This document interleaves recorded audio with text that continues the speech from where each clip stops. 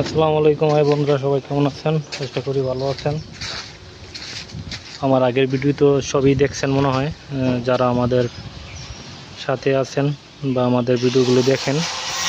এই যে দেখেন, এখন কিন্তু অনেক সুন্দর লাগছে। আমাদের কাজ কিন্তু এখন কমপ্লিট। একই সাথে আমাদের দুটা বারান্দা হয়ে গেছে। এখন শুধু এখানে গ্রিল ফিট হবে। এই যে উপরে বিট দেওয়া আছে।